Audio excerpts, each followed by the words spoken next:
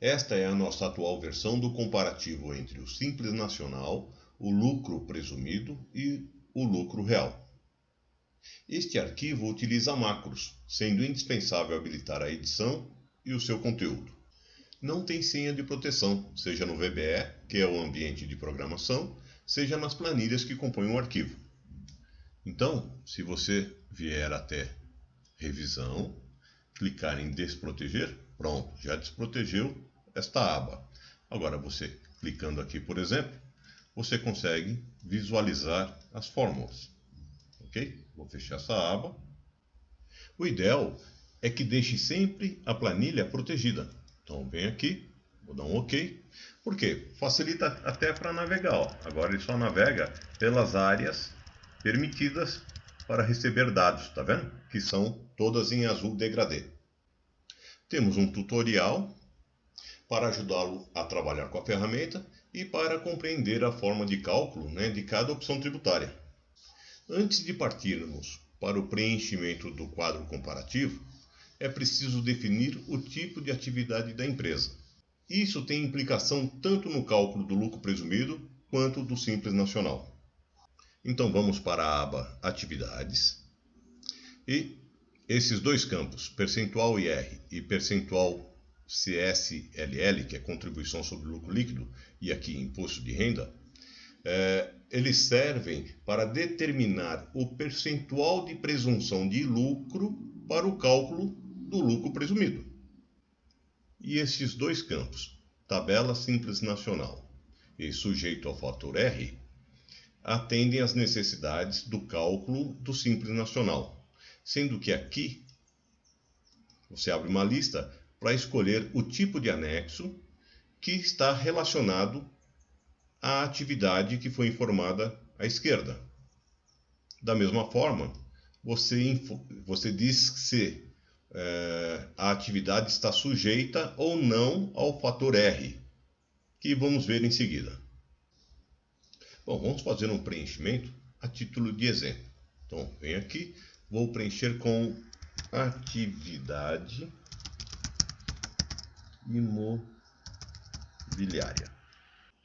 cuja presunção para efeito de imposto de renda é de 8% e de 12% para a contribuição social. A atividade imobiliária está enquadrada no anexo 3 e está sujeita ao fator R. Bom, vamos lá para comparativo. Vamos trocar aqui pela atividade que acabamos de preencher.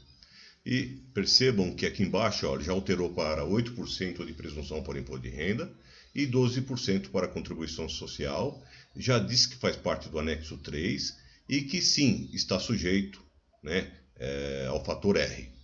Há duas formas de preenchimento dos campos de faturamento e de custos, despesas. Diretamente nos meses, com os dados mais precisos ou projetados, ocupando estas células, ok? Então aqui para faturamento e aqui para os custos e despesas. Ou através da simulação rápida, aqui. Então vejo que tem duas opções de base, base do faturamento mensal ou base dos custos. Com base no faturamento mensal, você informa o faturamento aqui e ele vai encontrar os custos e despesas de tal forma que o peso dos impostos no lucro presumido e no lucro real sejam iguais. Bom, vamos preencher pela simulação rápida com um valor aqui de R$100 mil de faturamento. Por que eu estou dizendo que é faturamento? Porque, olha, vejo que é aqui que está selecionado, faturamento mensal, tá vendo? Quando fiz isso, vou mais para a direita um pouco aqui, tem um botão verde. Clicando no botão verde, ele automaticamente já lançou R$100 mil para todos os meses, como se fosse um valor médio, e já encontrou um custo de despesa de tal forma que o peso dos impostos no lucro presumido e no lucro real sejam iguais, ok? Então ele já cria uma condição para você saber qual é o limite entre um e o outro, né? Então o que está dizendo? Se ao invés de 82 mil, o meu custo fosse de 90 mil, vamos alterar aqui. Olha lá, ele já altera embaixo também, né? Já altera sozinho. Percebam que nessa situação, se o custo fosse maior do que o calculado automaticamente, o lucro real seria melhor. Por quê?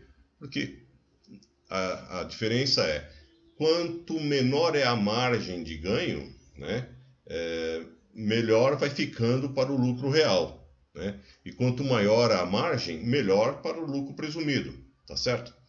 Em função dessa proporção aqui de cálculo do imposto de renda e da contribuição social, que é a presunção do lucro, ok? Então, se colocarmos aqui 70 mil reais, 80 mil, vai.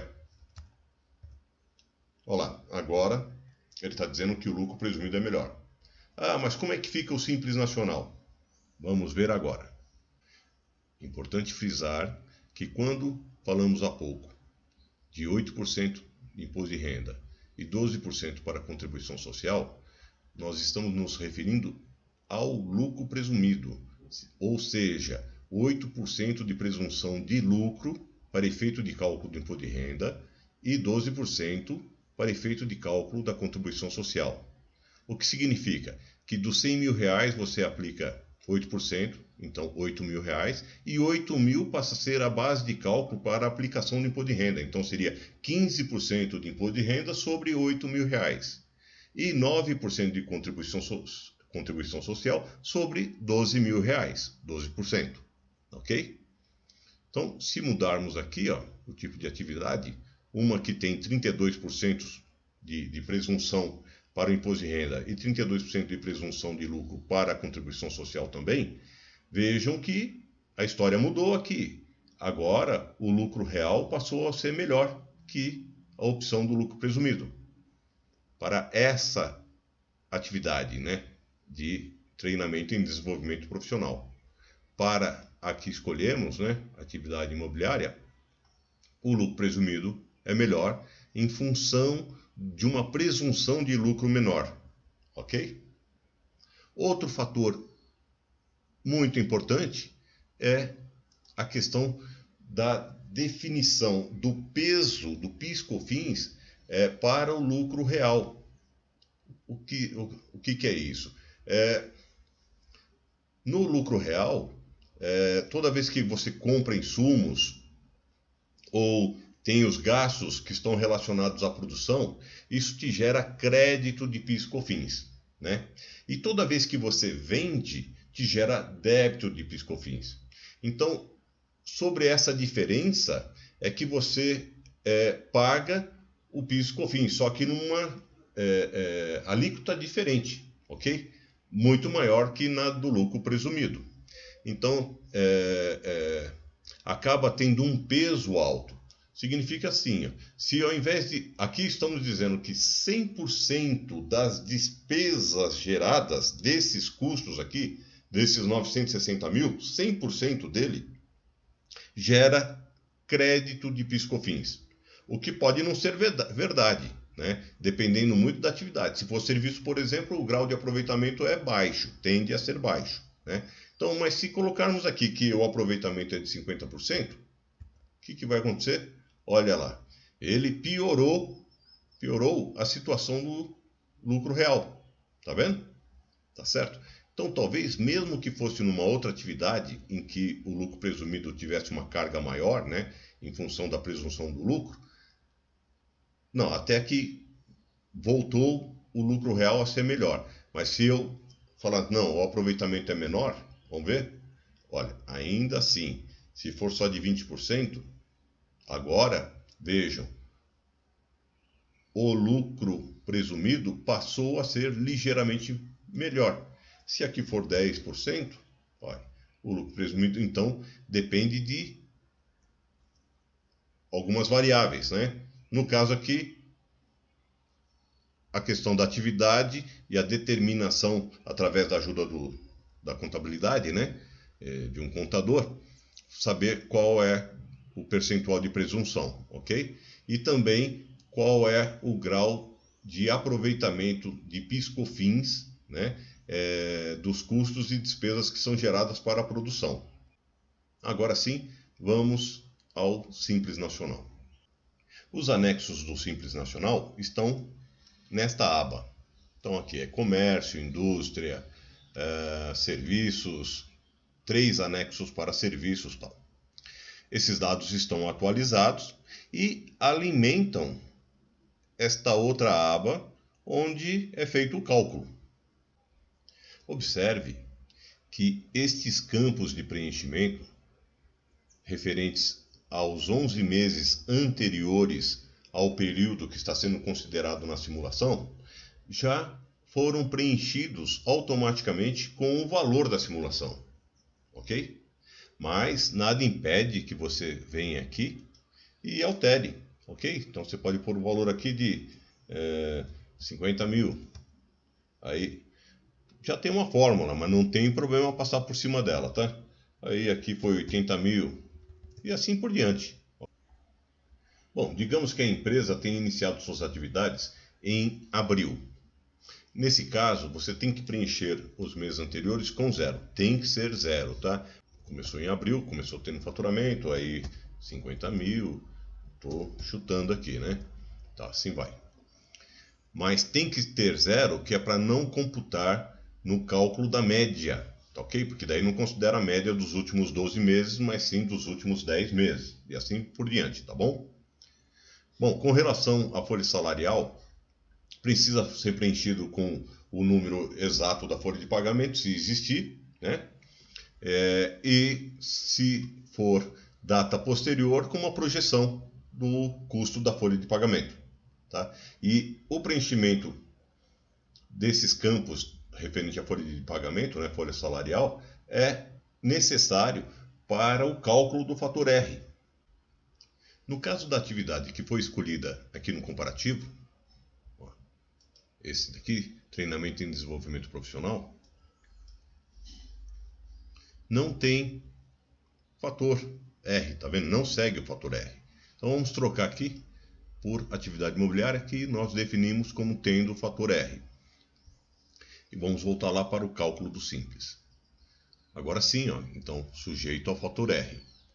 Vamos preencher aqui com dados aleatórios. Então digamos que no mês que a empresa iniciou suas atividades, tenha tido uma folha de pagamento, ó, vou chutar aqui, tá? Não estou levando em consideração proporção, tá? Digamos que tenha sido de 16 mil reais. E aqui foi de 16 também. E vou considerar 16 para tudo, tá bom? Aqui. E vou carregar isso até aqui embaixo. Bom, nesse caso, o que está acontecendo? Ele está calculando, olha, o peso do faturamento anual em relação ao somatório, né? A média da folha de pagamento, da folha salarial. Ok? Então, 160 mil representa 22,2% de 720 mil reais. Isso significa que não alcançou os 28% para migrar do anexo 5 para o anexo 3. O anexo 5 tem uma alíquota maior, ok? Então foi uma forma do governo favorecer quem tem folha de pagamento com peso, né, superior a 28%. Vejam, em nenhuma situação aqui chegou aos 28%. Então, sempre pagou pelo anexo 5, que tem uma alíquota maior. Se mudarmos aqui, digamos, 20 mil, olha, ainda assim não chegou. É que não alterou de baixo. Vou pôr assim, né? Tá, agora sim. Chegou em algum momento, 28%? Não chegou também. Então, vamos mexer de novo no número. 25 mil. Agora sim, olha o que aconteceu. Quando ultrapassou 28%, já foi automaticamente para o anexo 3. Ok? Porque está sujeito ao fator R, então entra nesse tipo de cálculo. Aí a alíquota é bem menor. Aqui não chegou, chegou perto, mas não chegou em 28%. Então a alíquota é maior. Veja. 20,5% contra 16%. Esse é o efeito do fator R no cálculo do Simples Nacional. Para tornar o comparativo mais homogêneo, eu vou voltar aqui à condição inicial. Então aqui eu vou fazer igual e vai buscar a informação aqui no comparativo. E vou carregar essa informação até aqui. Pronto. Aqui eu vou pôr desde o início. Então vou pôr aqui 25 mil. E vou buscar em cima, carregar isso até lá embaixo. Bom, vou mudar aqui para que o peso, ao invés de 25%, seja de 30%, tá bom? Então, 30 mil reais. Pronto. Agora sim, deixou de ser anexo 5 em todos os meses para ser anexo 3, pagando uma alíquota menor, ok? E vamos para o comparativo. Bom, comparando aqui então as três formas de tributação, né? 3 regimes tributários, vemos que a melhor opção continua sendo o lucro presumido. E que Simples Nacional é a opção intermediária, a segunda melhor opção. Nessa situação, até aqui, né? Agora é assim, nós precisamos considerar que a atividade imobiliária tem uma condição privilegiada, né, de presunção, só aumente 8%. Mas o normal, o que mais se vê, eu vou escolher um outro aqui, esse aqui é intermediação, é 32% para serviço, tá bom? Ainda assim, lucro presumido tem uma condição melhor, mas já está muito próximo, né? O Simples Nacional já está bem próximo. Mas tem um fator que é importantíssimo. Quando a gente está olhando o Simples Nacional, já está embutido, né, nesses 13,03 deste exemplo, né, o ISS. E se fosse venda, também estaria incluído o ICMS. Então, para que o comparativo seja justo e considere todos os elementos, tal, é preciso que você coloque aqui a alíquota de ISS incidente, no caso de serviço, né? Então, como é o caso, intermediação de negócios é serviço, e vou pensando em São Paulo, eu vou colocar aqui 5%. E no lucro real, a mesma coisa. Não vai ter ICMS porque não é venda, né? E não vai ter outros custos. Olha como mudou a situação. Agora, a melhor opção é Simples Nacional, ok? Então, você conseguiu chegar a um resultado, a uma informação. Aqui à direita você tem a informação que compara apenas lucro real e lucro presumido, tá? Por quê? Porque o Simples Nacional depende daqueles outros fatores de preenchimento, tal, então fica difícil você criar uma forma automática de comparar com o Simples Nacional. Mas aqui ele informa qual que é melhor entre o presumido e o lucro real, né? E te dá detalhes a respeito disso. E aqui ele já diz claramente dos três qual é a melhor opção. No caso, Simples Nacional, tá certo? Pelo resultado final. 13,03 contra 17,53 e contra 18,31 no lucro real. Como vimos, trata-se de uma ferramenta auxiliar que pode ser muito útil para contadores e empresários preocupados em assegurar o melhor regime tributário para o seu negócio. Através de nosso site planilhaacessível.com.br, você terá acesso a esta e a outras soluções práticas e úteis. Ficamos ao seu dispor.